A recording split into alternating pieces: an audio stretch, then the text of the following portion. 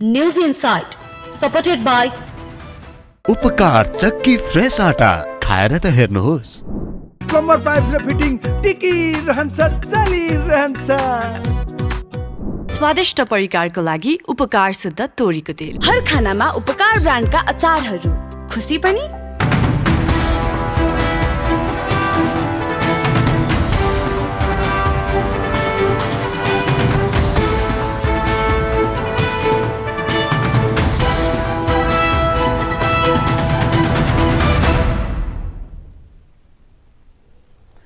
तपाईको चासोको न्यूजबारे विस्तृतमा बुझ्ने समय हो यो। खास न्यूजलाई खास कोडबाट हेर्ने समय हो यो। हरेक दिन यो समयमा हामी साझा र ताजा मुद्दा लिएर तपाईहरुमाझ आउँछौं। नमस्कार, म एलिशा अर्याल। सुरु गरौं हेडलाइन्सबाट। काठमाडौँको हितमा काम नगर्ने भए सिंहदरबार र राजधानी सार्न महानगर प्रमुख बालेन शाहको चेतावनी।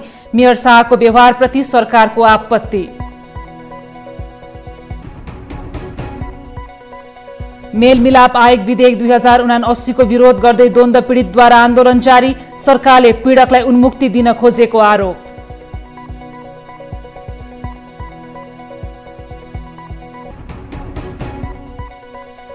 कानूनमा निशुल्क उपचारको व्यवस्था भए पनि मृगौला पीडितले पाएनन् सरकारी सेवा। खर्चिलो र झन्झटिलो व्यवस्थाका कारण तनावमा बिरामी।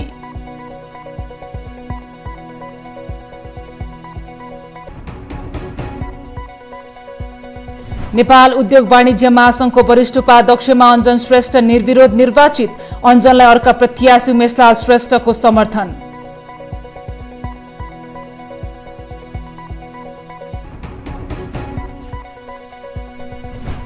र शहीद स्मारक ए डिभिजन लिगमा पुलिसमाथि 3 स्टारको 1-0 गोलको रोमाञ्चक जित। 3 स्टारको जितमा मार्टिनस बने नायक।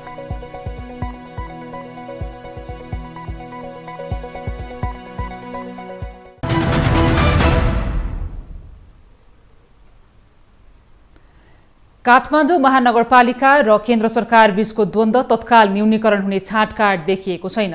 महानगरपालिकाका मेयर बालेन्द्र शाहले शनिबार बिहानबाट सुरु गरेको सिंहदरबार प्रतिको आक्रोश बिहिबार पनि दोहोऱ्याए। यस बीचमा बालेन र गृहमन्त्री बीच भेटवार्ता भयो, तर सहमति हुन सकेन। उल्टै महानगरको कार्य गैर जिम्मेवार भएको भन्दै मन्त्री परिषदले निर्णय गर्यो। यता बालेनले भने काठमाडौँबाट सिंहदरबार हटाउन चेतावनी नै दिएका छन्। एक रिपोर्ट।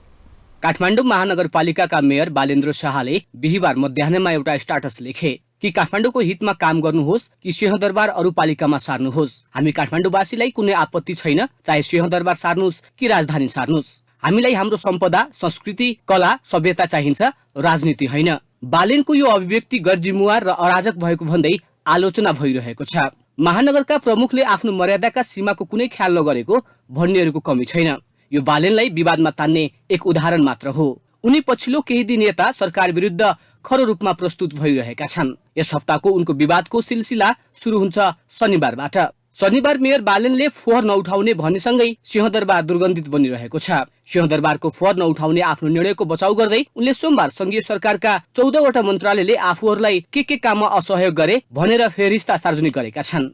उनले उठाएका विषय उनको कार्यक्षेत्रभित्रका नभएको भन्दै आलोचना भइरहेको छ। आफ्नो जिम्मेवारी नै नभएको विषयमा आफूलाई सहयोग भएन भनेर प्रधानमन्त्री कार्यालय र राष्ट्रपति कार्यालयको फोहोर उठाउनबाट रोक्नु अकल्पनीय र गैर जिम्मेवार भएको विश्लेषकहरूको भनाइ छ। शाहको अभिव्यक्तिपछि सरकारले पनि उनलाई जिम्मेवारी बोध गराउने भन्यो। मंगलबारको मन्त्री परिषद बैठकमा शीतल निवास, बालुवाटार र सिंहदरबारको फोहोर नउठाउने काठमाडौँ महानगरपालिकाका मेयर शाहको अभिव्यक्ति अराजक र अव्यावहारिक रहेकाले नीतिगत व्यवस्थाको परिपालन गर्न आग्रह गरिएको छ। तर पनि बालेन सरकार विरुद्धको अभिव्यक्ति दिन रोकिएका छैनन् र उनले भने जस्तै सिंहदरबार वा राजधानी सार्न पनि सम्भव छैन। मुलुकका समस्या छुमन्तर गरेर समाधानतर्फ जान सक्दैन भन्नेहरूको कमी छैन। विवादास्पद निर्णय र अभिव्यक्तिका कारण उनका समर्थकहरू नै आलोचनामा उत्रिएका छन्। काठमाडौँ महानगरले आफै समाधान गर्न मिल्ने कैयौं समस्या जीवका त्यो किन छन् भनेर पनि पटक पटक मेयर बालेनमाथि प्रश्न उठ्दै आइरहेको छ। फोहोर व्यवस्थापनको दीर्घकालीन समाधान दिन सकेका छैनन्। उनको बल प्रयोगको शैलीलाई धेरैले गुण्डाको संज्ञा पनि दिएका छन्। सबैलाई डोजर र प्रहरी लगाएर बल प्रयोग गर्दै रक्तपातपूर्ण भिडन्तबाट भए पनि हटाउनु पर्ने बालेन शाहको जिकिर छ। त्यसका लागि उनले धेरै पटक प्रयत्न गरिसकेका छन्। हरेक पटक सुकुम्बासीसँग मुठभेड भएपछि काठमाडौँ महानगर पछाडि हट्न बाध्य भएको छ। मेयर बालेन शाह आफू ठिक अरू सबै गलत भन्ने मनोवृत्तिबाट ग्रसित भएको आरोप उनीमाथि छ।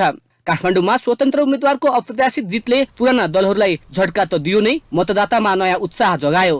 तर नागरिकमा निराशा देखिएको अवस्थामा पनि उनी फरक भने बन्न सकिरहेका छैनन्। संचार तथा सूचना प्रविधि मन्त्री रेखा शर्माले काठमाडौँ महानगरपालिकाले सिंहदरबारको फोहोर नउठाएर जनस्वास्थ्यमाथि खेलवाड गरेको बताएकी छन्।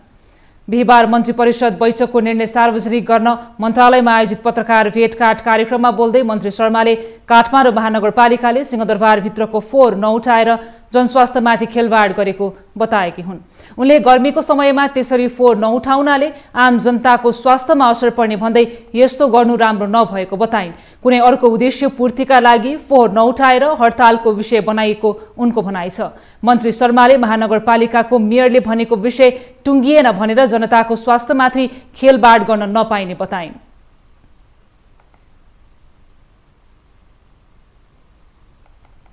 महानगरपालिकाले यो फोहोर व्यवस्थापनको विषयमा गरेको अब हडताल भन्ने कि के भन्ने होइन, जे यो विषयमा के हो भने मैले अस्ति पनि मन्त्री परिषदको निर्णय त नभनौँ, मन्त्री परिषदको छलफल सार्वजनिक गर्ने क्रममा भनेको थियो र यो मन्त्री परिषदको बैठकमा सामान्य प्रधानमन्त्रीज्यूले नै यसलाई असाध्यै गम्भीरतापूर्वक लिएको र यस विषयमा अधिकार क्षेत्रका कुराहरू, संवैधानिक कुराहरू, कानुनी कुराहरू, हाम्रा नीतिगत कुराहरू, ती कुराहरूका विषयमा पनि हाम्रो छलफल भएको थियो र यसलाई समस्या समाधानको निम्ति पहल गर्ने भन्ने कुरा भएकै छ। त्यहाँ संघीय सरकारले सहजीकरण गरेर टुङ्ग्याउनु पर्ने विषयमा छलफल गर्नुपर्ने भन्दै काठमाडौँ महानगरपालिकाका मेयरले संविधान, कानुन र स्थानीय सरकार सञ्चालन ऐन बुझेर काम गर्नुपर्ने बताइन्। मेयर बालेन शाहले सिंहदरबार र राजधानी सार्न चुनौती दिएपछि यति बेला सामाजिक सञ्जालमा तीव्र बहसको विषय बनेको छ। केही सामाजिक सञ्जाल प्रयोगकर्ताले बालेनको भनाइलाई ठिक भनेका छन् भने केहीले आलोचना गरेका छन्। हामीले केही सामाजिक सञ्जाल प्रयोगकर्ताको भनाइलाई समावेश गरेका छौं।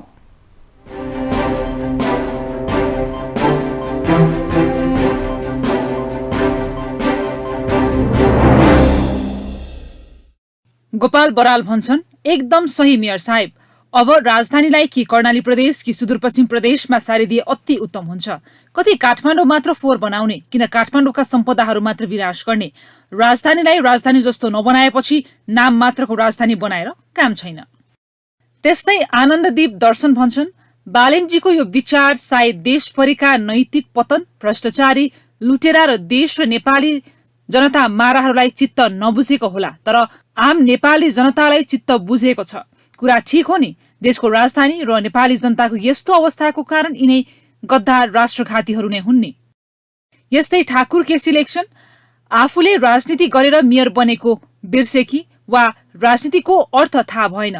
अनि यो काठमाडौँ बालेनको मात्र रहेछ, यो महानगरमा यिनका परिवार मात्र बस्छन्। हामीलाई न सिंहदरबारप्रति आपत्ति छ, न त राजधानीप्रति नै, न नेताहरूप्रति नै। तर यी मधेसबाट आएकालाई काठमाडौँ र सिंहदरबारप्रति किन खसखस हो? यता बिबो भुसालको भनाइ छ, महानगरको मेयर, त्यो पनि राजधानी भएको महानगरको मेयर, सफाई कर्मचारीले जस्तो आन्दोलनको भाषा प्रयोग गर्छन् भने बुझ्नुहोस् ऊ कति गैर जिम्मेवार छ र उसलाई भोट दिएर जिताउने महानगरका मतदाता कति भेडा रहेछन्। अर्का सामाजिक सञ्जाल प्रयोगकर्ता सन्दीप लेख्छन्, एउटा महानगरको मेयर समेत थर्काउने दिन आए। यी दल र यिनका सरकारलाई कति अलोकप्रिय भयो, अब सुध्रन पर्छ भनेर सोच विचार गर्ने बेला भएन कि बालेन अन्त्यबाट परिचालित भो भन्ने भ्रम छर्ने हो कमरेडहरू?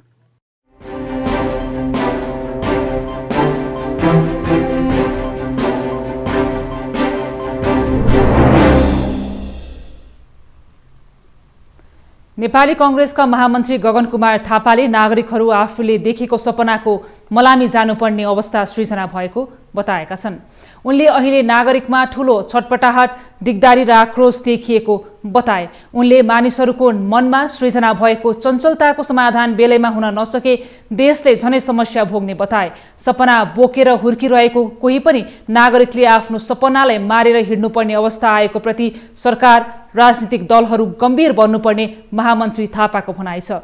उनले कोही पनि मानिसलाई आफ्नो सपनाको मलामी जान मन नलाग्ने भन्दै सपनाको मलामी जानु पर्दा मान्छे दिगदार, आक्रोशित र वाक्क हुने बताए। नागरिकहरूमा अहिले अस्थिरता आउनु भनेको आफ्नै सपनाको मलामी जानुपर्ने अवस्था सृजना हुनु रहेको उनको जिकिर छ। महामन्त्री थापाले नागरिकले सरकारबाट आशा र विश्वास गुमाइसकेको बताए। किन अस्थिर छ भने मान्छे आफ्नो सपनाको मलामी जानुपर्ने अवस्था बनिरहेको छ। राम्रो हुन्छ भन्ने लागिरहेको छैन, हुन्छ हुँदैन म फ्याक्टको कुरा गरिरहेको छैन। 60 सालमा पनि त्यो बेलामा चाहिँ अलिपछि शान्ति आउँछ कि आउँदैन के थाहा मान्छेलाई, अलिपछि चाहिँ स्थिर हुन्छ कि हुँदैन के थाहा मान्छेलाई। तर के हो भनेदेखि त्यो विश्वास हो नि, त्यो जुन आशा र विश्वासको कुरा हो त्यो मान्छेले गुमाएको अवस्था छ। महामन्त्री थापाले वैशाख मसान्तसम्म पार्टी भातृ संगठनहरूको विभाग बनाउने र पूर्णता दिने काम सम्पन्न गर्ने प्रतिबद्धता जनाए। रवि लामिछानेलाई मङ्सिर 4 को निर्वाचनमा जति सहज थियो वैशाख 10 मा हुने उपनिर्वाचन त्यति सहज हुने देखिएको छैन। पार्टीभित्रको राजनीति व्यक्तिगत उतार चढाव तथा गोडा तान्ने प्रवृत्तिको शिकार लामिछाने बन्ने आशंका बढेको छ। एक रिपोर्ट। समकालीन राजनीतिका बहुचर्चित पात्र हुन् रवि लामिछाने। टेलिभिजन कर्म छोडेर उनी राजनीतिमा होमिएको वर्ष दिन पनि भएको छैन। राष्ट्रिय स्वतन्त्र पार्टीका सभापति लामिछानेमाथि अनेक कोणबाट चर्चा, बहस र विश्लेषण भइरहेको छ। समानुपातिक सांसद ढाकाकुमार श्रेष्ठले मन्त्री बन्न 2 करोड मागेको अडियो प्रकरणपछि लामिछाने झनै तनावमा छन्। व्यवसायी दुर्गा प्रसाईसँग लामिछानेका कोर मान्छेलाई हाताहाती नगद दिन श्रेष्ठले पैसा मागेको विषयको तनाव उनले बेहोर्दै आएका छन्। अडियो प्रकरण सार्वजनिक भएपछि उनले 70 घण्टाभित्र कारवाही गर्ने घोषणा गरेका थिए। सोही अनुसार चुनावी प्रचारको वेगलाई ब्रेक मार्दै उनी रातारात काठमाडौँ आए र पार्टीको साधारण सदस्य समेत नरहने गरी श्रेष्ठलाई निष्कासन गर्ने घोषणा गरे। पार्टीको छविमाथि उठेका प्रश्न, उक्त प्रकरणका सम्बन्धमा पार्टीको केन्द्रीय अनुशासन तथा आचरण समितिले गरेको छानबिन पश्चात केन्द्रीय समितिलाई बुझाएको सिफारिस सहितको प्रतिवेदन तथा पार्टी विधानको धारा 56(4) बमोजिम डाक्टर श्रेष्ठको पार्टीको साधारण सदस्यता खारेज गर्ने निर्णय गरिएको छ। ढाकाकुमार श्रेष्ठले गल्ती नै गरेको हो भन्ने रासोपाको आधिकारिक धारणा आएपछि पार्टीभित्र सभापति लामिछानेको कोर टिम छ भन्ने विषयलाई पुष्टि गर्नुपर्ने हो। त्यो कोर टिम को हो, के गर्छ, किन कोर टिमको विषय प्रश्न आउन सकेको छैन, यो भने अनुत्तरित प्रश्नका रूपमा रहेको छ। आफ्नो कारबाहीको विषयलाई लिएर श्रेष्ठ यति बेला सर्वोच्च अदालतको शरणमा गएका छन्। उनी आफू निर्दोष भएको दावी गर्दै आएका छन्। न्यायालय गइसकेका छु, म केही समयमा तपाईहरु निश्चिन्त हुनु होला। मेरा शुभचिन्तक महानुभावज्यूहरू निश्चिन्त हुनुस्। म न्यायालय गएर मेरा सम्पूर्ण कुराहरू यो न्यायालयमा प्रष्ट पारेर मेरो क्लिन चिट ल्याएर म तपाईहरु मार्फत यसरी नै फेरि एउटा प्रेस मिट गर्नेछु। यही बीचमा लामिछानेले आफ्नी धर्मपत्नी निकिता पौडेललाई बिना कारण बदनामी र तनाव दिएको भन्दै आपत्ति जनाएका छन्। तर कुन विषय मार्फत पौडेललाई आक्रमण गरिएको हो भन्ने खुलाएका छैनन्। लगतै उनी विरुद्ध बिहिबार मात्रै गृहमन्त्री रहँदा फास्ट ट्र्याकमा 7 दिने बोलपत्र टाउको दुखाइको विषय बन्यो। यता चितवनमा घर दैलो अभियानका क्रममा मतदातासँग झर्कोफर्को गरेको विषयले पनि लामिछाने आलोचनाको विषय बने। तपाईको नागरिकता नहुँदा फेरि निर्वाचन गर्नु पर्यो भन्दै एक मतदाताले सोधेको प्रश्नमा उनी अशान्त देखिए। यता गृह मन्त्रालयबाट बाहिरिनु कानुनी मान्यतालाई नजरअन्दाजको उपज हो भन्ने विषयलाई स्वीकार गर्न नसकेर मिडियामाथि आक्रोश पोख्नु पनि उनको अपरिपक्वताको प्रमाण हो। यसै पनि नेपाली समाजमा गोडा तान्ने प्रवृत्ति हाबी छ। लामिछाने विरुद्ध सुरुवाती चरणदेखि नै अनेक तरहका आक्रमण भएकै हुन्। तर आफूमाथि जति धेरै आक्रमण हुन्छ उति धेरै सहानुभूति पाउँछु भन्ने मान्यता लामिछानेमा हाबी हुँदै गएको देखिन्छ। उनले यति बेला परिपक्वता प्रस्तुत गर्नुपर्ने बेला आएको छ। मिटर ब्याज तथा ठगी विरुद्ध किसान मजदुर संघर्ष समितिले सरकारी वार्ता टोलीसँगको वार्ता भङ्ग गरेको छ। बिहिबार गृह मन्त्रालयमा भएको अन्तिम एवं निर्णायक वार्तापछि सरकारी वार्ता टोलीले आफ्नो मागहरू सम्बोधन नगरेको भन्दै सरकारले बनाएको वार्ता टोलीसँगको वार्ता भङ्ग गरेको हो। सहमति नजुटेपछि अब मिटर ब्याज तथा ठगी विरुद्ध किसान मजदुर सङ्घर्ष समितिले आन्दोलनलाई निरन्तरता दिने भएको छ। 5 दिनसम्म भएको वार्तामा सरकारी वार्ता टोलीले पुरानै कुराहरू दोहोर्याएको भन्दै त्यसलाई स्वीकार गर्न नसकेर वार्ता भङ्ग गर्नु परेको मिटर ब्याज तथा ठगी विरुद्ध किसान मजदुर सङ्घर्ष समितिका प्रवक्ता निर्ग नवीनले बताए। प्रवक्ता नवीनले सङ्घर्ष समितिले राखेका 6 बुँदे मागमा सरकारी पक्षले कुनै वास्ता नगरेको आरोप लगाए।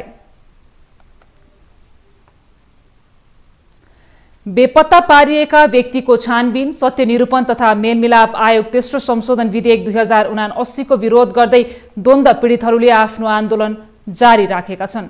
सरकारले पीडकलाई उन्मुक्ति दिने गरी बेपत्ता पारिएका व्यक्तिको छानबिन, सत्य निरूपण तथा मेलमिलाप आयोग तेस्रो संशोधन विधेयक 2079 संसदमा लगेको भन्दै तत्कालीन माओवादी पीडितहरूले विगत 25 दिनदेखि धरना लगायतका विभिन्न आन्दोलनका कार्यक्रम गरिरहेका छन्। द्वन्द्व पीडितहरूले बिहीबार नयाँ बानेश्वरमा धरना दिएका छन्। उनीहरूले तत्कालीन नेकपा माओवादीले हत्या, हिंसा, अपहरण, कुटपिट, सम्पत्ति लुटपाट र मानिसलाई विस्थापित गर्ने सम्मको मानव अधिकार उल्लङ्घनका घटना घटाएका भए पनि विधेयक मार्फत पीडकलाई उन्मुक्ति दिन लागिएकाले आन्दोलन गर्नु परेको बताएका छन्। दण्डहीनतालाई बढाउनु हुन्न, दण्डित गर्नुपर्छ, कानुन सबैका लागि एउटै हुनुपर्छ भन्ने हेतुले हामीले शान्तिपूर्ण आन्दोलन गरेका छौँ।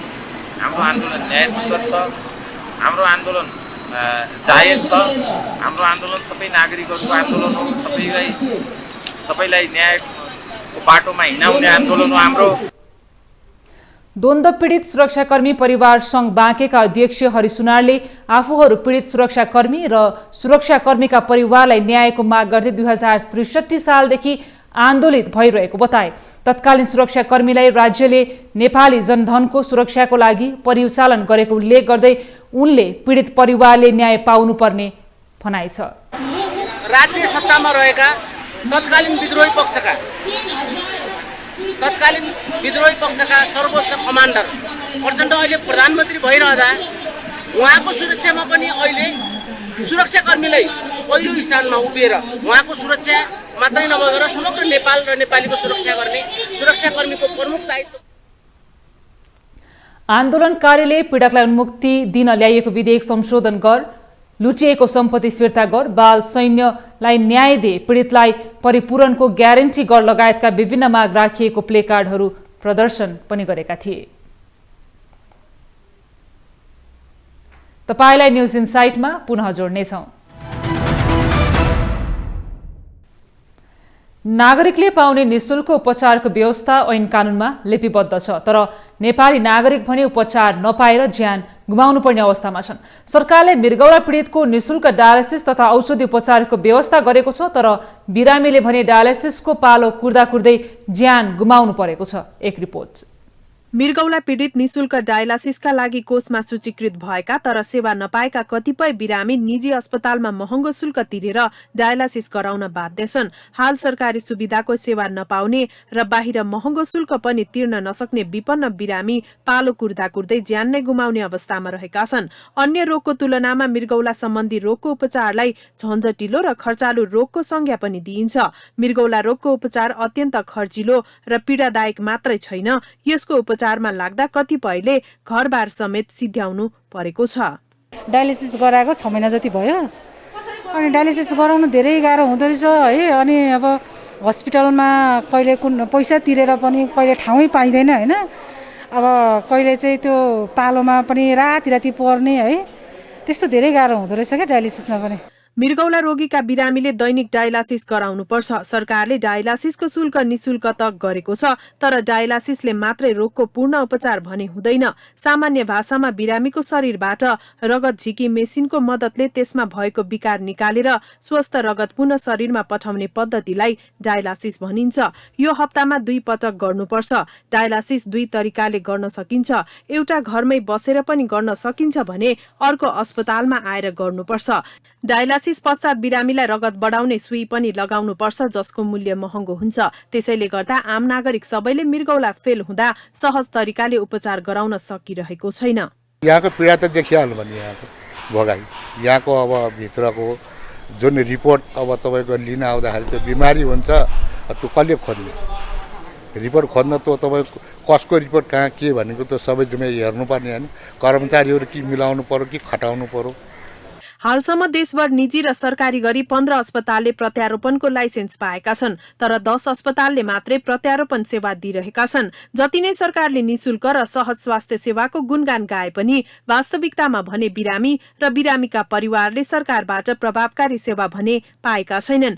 मुलुकमा मृगौला प्रत्यारोपणका लागि सीमित अस्पताल हुनु र लाइसेन्स प्राप्त अस्पताल सबैमा पनि निरन्तर र छरितो सेवा सुविधाको अभाव हुनुले एउटै अस्पतालमा बिरामीको चापलाई उच्च बनाएको छ, जसले गर्दा बिरामीले डायलासिसको लागि पनि पालो कुरेर बस्नुपर्ने अवस्था छ।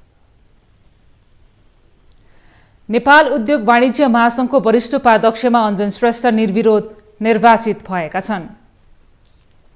पहिलो चरणमा भएको निर्वाचनमा 3 जना मध्येका कुनै पनि प्रत्याशीले 50% मत नकटाएपछि दोस्रो चरणको स्थितिमा निर्वाचन पुगेको थियो। पहिलो चरणको निर्वाचनमा अञ्जन श्रेष्ठले 37.99% मत ल्याएका थिए। त्यस्तै उनका निकटतम प्रतिस्पर्धी उमेश श्रेष्ठले 31.71% मत ल्याएका थिए। तेस्रो भएका रामचन्द्र सङ्घाईले 30.46% मत पाएका थिए। सो अवस्थाको सर्वाधिक मत ल्याउने अञ्जन र उमेशलाल बीच पुनः चुनावी भिडन्त हुने अवस्था आएको थियो। अञ्जनलाई वरिष्ठ उपाध्यक्ष उमेशले समर्थन गर्ने सहमति जनाएपछि अञ्जन निर्विरोध निर्वाचित भएका हुन्। महासंघको विधान अनुसार वरिष्ठ उपाध्यक्षमा चुनिएको उम्मेद्वार 3 वर्ष कार्यकालपछि स्वतः अध्यक्ष हुने व्यवस्था छ। यो कार्यकालमा यसअघि महासंघको वरिष्ठ उपाध्यक्ष रहेका चन्द्रप्रसाद ढकाल स्वतः अध्यक्ष बनेका छन्। एसोसिएटतर्फ ज्योत्सना श्रेष्ठ, जिल्ला नगर उपाध्यक्षमा सरकृष्ण वैद्य र वस्तुगत उपाध्यक्षमा प्यानलका हेमराज ढकाल विजय भएका छन्। निर्वाचनले 64 सदस्यीय नयाँ कार्य समिति चयन गरेको छ। सो पदका लागि 115 जना बीच प्रतिस्पर्धा भएको हो। चीनबाट नेपाल भ्रमणका लागि 181 चिनिया पर्यटकहरू काठमाडौँ आइपुगेका छन्। नेपालीहरूको नयाँ वर्षको पूर्व सन्ध्यामा बिहिबार 181 जनाको समूह विमान चार्टर गरेर काठमाडौँ आइपुगेका हुन्। एक रिपोर्ट।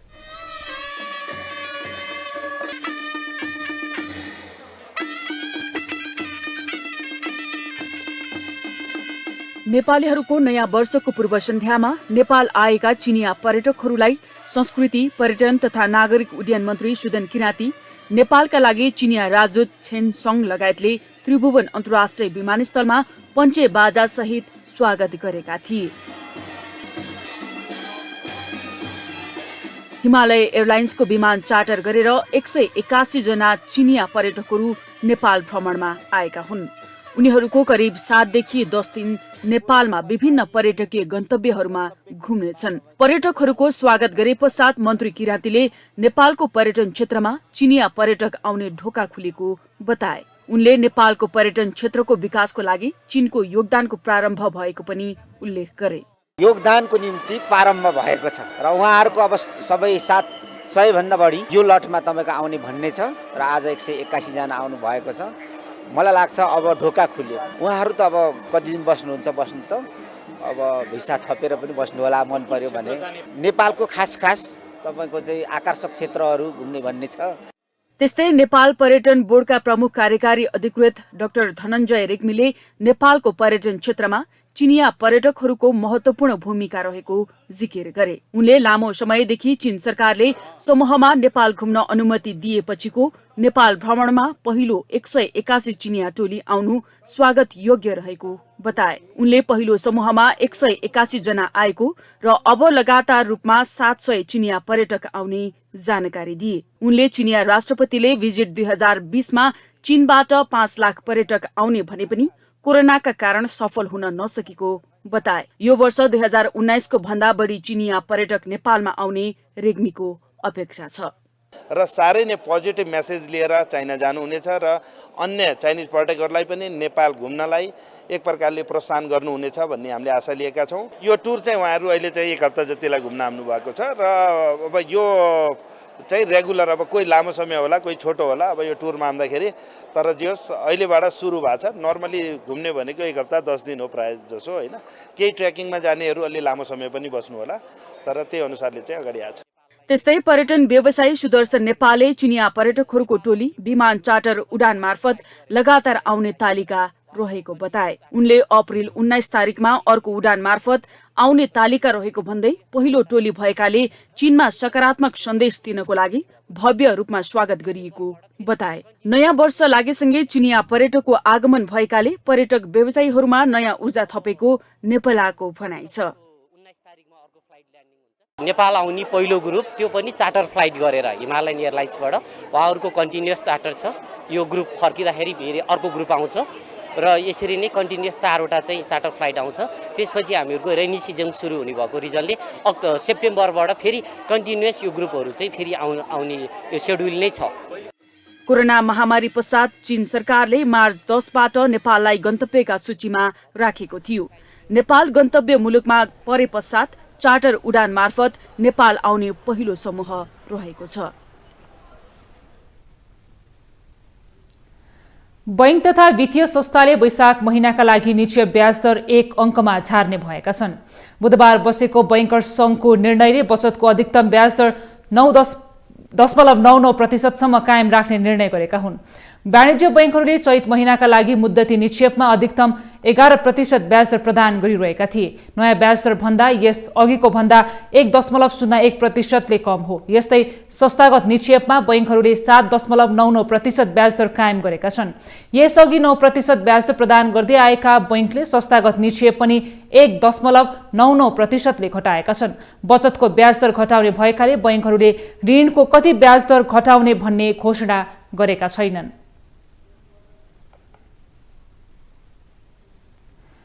शिक्षा, विज्ञान तथा प्रविधि मन्त्री अशोक कुमार राईले नेपाल विश्वविद्यालय विधेयक 2079लाई पारित गर्नुपर्ने बताएका छन्। बिहिबार राष्ट्रिय सभा अन्तर्गतको विधान व्यवस्थापन समितिमा नेपाल विश्वविद्यालय विधेयक 2079 को सैद्धान्तिक छलफलका क्रममा उठेका प्रश्नहरूको जवाफ दिँदै मन्त्री राईले विधेयकलाई पारित गर्नुपर्ने बताएका हुन्। उनले विधेयकबाट सरकार पछि नहट्ने स्पष्ट पार्दै नेपाल विश्वविद्यालयलाई छुट्टै इकाइको रूपमा मात्रै नहेरेर समग्र शैक्षिक परिस्थिति र परिवेश मिलाएर अगाडि बढाउनु पर्ने बताए। आगामी दिनमा कुनै त्रुटि र कमी नहुने गरी विधेयकलाई अगाडि बढाउनु पर्नेमा उनको जोड छ। बनाउँदाखेरि यो कार्यान्वयन पनि होस्, यसले राम्रो रिजल्ट पनि दियोस्, त्यो कुराको चाहिँ प्रत्याभूति हुने ढङ्गले हामीले काम गर्ने अनि भोलि चाहिँ फेरि अब ऐनमा यो त्रुटि भयो, यो चाहिँ कमी रह्यो भन्ने किसिमको टिका टिप्पणी हुने अवस्था नरहोस्। मन्त्री राईले नेपाल विश्वविद्यालय नमुना विश्वविद्यालयको रूपमा स्थापित गर्ने गरी सोच्नुपर्ने बताउँदै विश्वविद्यालयलाई बनाउने गरी नै विधेयकमा संशोधन दर्ता गर्न सांसदहरूलाई आग्रह गरे। तपाईलाई न्यूज इनसाइटमा पुनः जोड्नेछौं।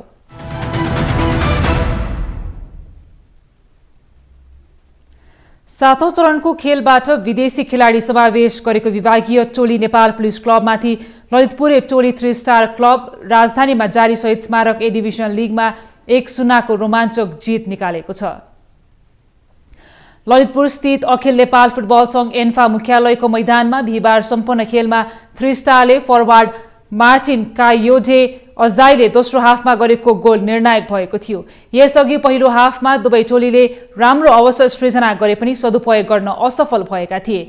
8औं चरणको खेलमा 3 स्टारले पुलिस विरुद्ध सुखद नतिजा निकाल्दा अजाइले 64औं मिनेटमा गरेको यो निर्णायक गोल बनेको हो। अजाइले कप्तान अशोक खवासको पासलाई सदुपयोग गर्न सफल भएका थिए। खवासले पेनाल्टी क्षेत्रमा उपलब्ध गराएको पासलाई अजाइले पहिलो प्रयासमा जाली चुमाउन सफल भएका हुन्। यसअघि खेलको 37औं मिनेटमा 3 स्टारका लाकेन लिम्बुले हेडर प्रयासलाई पुलिसका गोलकिपर शत्रुघ्न चौधरीले उत्कृष्ट बचाव गरेका थिए। यस्तै 74औं मिनेटमा मेसिसको प्रहारलाई 3 स्टारका गोलकिपर मोहम्मद ताहाले बचाउँदा पुलिसले बराबरी गर्ने अवसर गुमाएको थियो। यससँगै 3 स्टारले 8 खेलमा 4 जित, 2 बराबरी र 2 हारको नतिजासहित 14औं अङ्क जोडेको छ। पराजय बेहोरेको पुलिसको समान खेलमा 1 जित, 1 बराबरी र 6 को हार नतिजासहित 4 अङ्क छ। लिगमा शुक्रबार विश्राम छ भने शनिबारबाट 9औं चरणका खेल हुनेछन्। भारतीय सेनाले पाकिस्तानको AK-47 को एउटा ड्रोन खसालेको छ। उक्त ड्रोनले कारतुस र नगद लिएर ओहोरदोहोर गरेको भारतको आरोप छ। समाचार एजेन्सी NIA का अनुसार अप्रेल 12 र 13 को मध्याहमा जम्मू कश्मीरमा प्रहरीको सहयोगमा नियन्त्रण रेखा पार घुसपैठ गरेको आरोप छ। जम्मू स्थित सेनाका प्रवक्ताले उक्त ड्रोनबाट AK-47 का 131 कारतुस, 5 म्यागजिन र 2 लाख भारु बरामद भएको दावी गरेको छ। सञ्चार माध्यमका अनुसार शनिबार नै साम्बा जिल्लामा पाकिस्तानी ड्रोन देखेपछि सीमा सुरक्षा बलले गोली प्रहार गरी त्यसलाई सीमाको अर्को छेउमा फर्काउन बाध्य पारेको बताइएको छ। साथै उक्त घटनाको कारबाहीपछि उक्त क्षेत्रमा छानबिन चलिरहेको त्यहाँको प्रहरी विभागले जनाएको छ। रुसमा ज्वालामुखी विस्फोट हुँदा लाखौं मानिसको जनजीवन प्रभावित भएको छ। रुसको सिभेचुल ज्वालामुखी विस्फोटमा निस्किएको धुवाँको मुस्लो र खरानीका कारण जनजीवनमा समस्या उत्पन्न भएको हो। मंगलबार मध्यरातमा रुसको सुदूरपूर्व कामचत्का प्रायद्वीपमा अवस्थित सक्रिय ज्वालामुखी मध्येको एक सिभेलुच ज्वालामुखी विस्फोट भएको हो। सिभेलुच ज्वालामुखी पृथ्वीकै सक्रिय ज्वालामुखी मध्ये पनि गणना हुने गरेको छ। रुसी अधिकारीहरूका अनुसार ज्वालामुखी विस्फोट भएपछि त्यसबाट निस्किएको धुवाँको मुस्लो र खरानी 1,08,000 वर्ग किलोमिटर टाढासम्म पुगेको थियो। सो ज्वालामुखी विस्फोट भएपछि त्यसले लाखौं मानिसको जनजीवन प्रभावित बनाएको छ। धुवाँ र खरानीका कारण रुसका विभिन्न क्षेत्रमा बिहान रात परे जस्तो भएको छ। ज्वालामुखी विस्फोट भएपछि कामचत्केको तटीय क्षेत्रमा 5.8 म्याग्निट्युडको भूकम्प पनि गएको छ। सिभेलुचमा गएको 10,000 वर्षमा 60 वटा ठूला विस्फोटन भएका छन्। अन्तिम पटक भने सन् 2007 मा यो ज्वालामुखी विस्फोट भएको थियो। देश विदेशका यस्तै विभिन्न विषयवस्तुसँग हामी तपाईलाई जोडिरहनेछौँ न्युज इनसाइटमा।